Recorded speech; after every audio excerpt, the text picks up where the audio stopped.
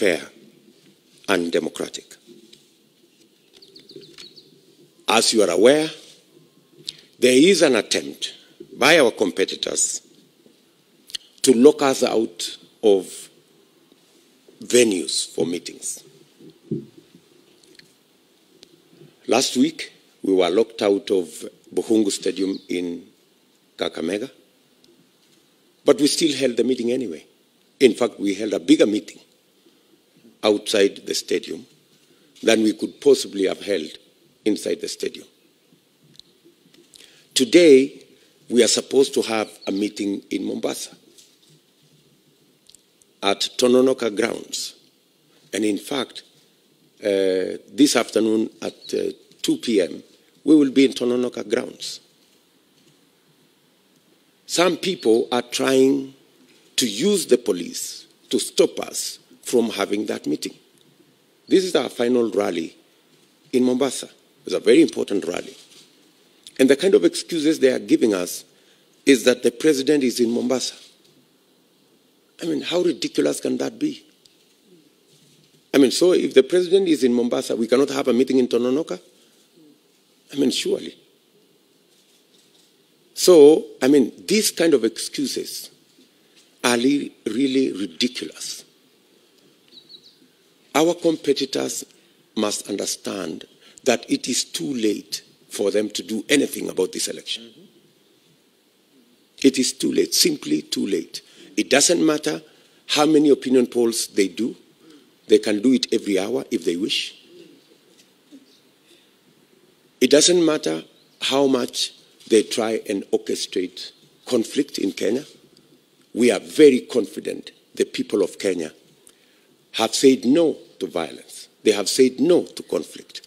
And we trust the people of Kenya to keep the faith and get to the 9th and determine the future of our country. It doesn't matter how many places they lock us out of. As you are aware, we have paid for Nyayo Stadium on Saturday. We have a contract already signed between us and Nyayo Stadium. They tried to manipulate that contract. The court has said we should have the meeting in Nyayo Stadium. We are preparing to have the meeting in Nyayo Stadium. And if they lock us out of Nyayo Stadium, we will still have a meeting at Nyayo Stadium. The same way we had a meeting in Buhungu Stadium, on the road, wherever. But we're going to have the meeting anyway, because the die is cast. The people of Kenya have made a choice. And the panic we see in Azimio will not help them. All we are asking His Excellency the President, with tremendous respect, is not to allow the country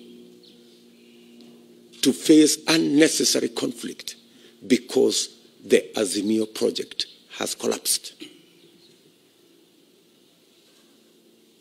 It has collapsed, and there is nothing he can do about it. So, we are asking the country to be calm. Despite the games, despite the orchestrated situations around the country, we want to ask Kenyans to be calm. We want to ask Kenya that 9th is just 4 days away. Nobody should be incited against their brother.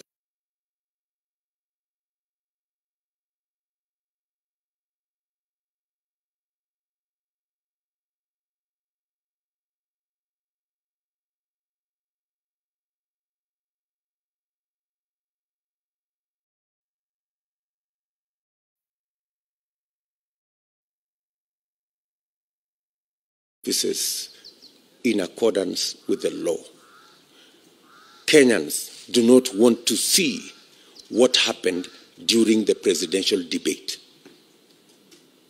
where huge sections of Kenya were subjected to a blackout. They must never be or they must never be part of any scheme.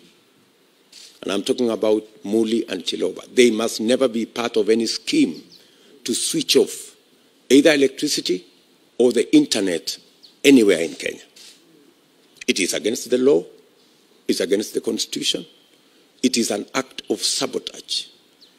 And it is an act that undermines the will of the people of Kenya. Kenyans don't want to vote in the dark. Kenyans don't want this election to be held in darkness or in gray areas or in dark corners. Kenyans want a free, fair, and transparent election. Kenyans want to know what is going on. They want the internet to work. They want lights to be on, so that that's the only way we can guarantee a free, fair, and democratic election. We have chosen to make this statement in this manner because we believe that the issues are weighty, and we do not expect any public official to engage in the kind of things that we are currently seeing. Ladies and gentlemen, I want to say thank you very much for your time, for coming to this press conference. I can take maybe one or two questions just for clarity on the matters that I have raised.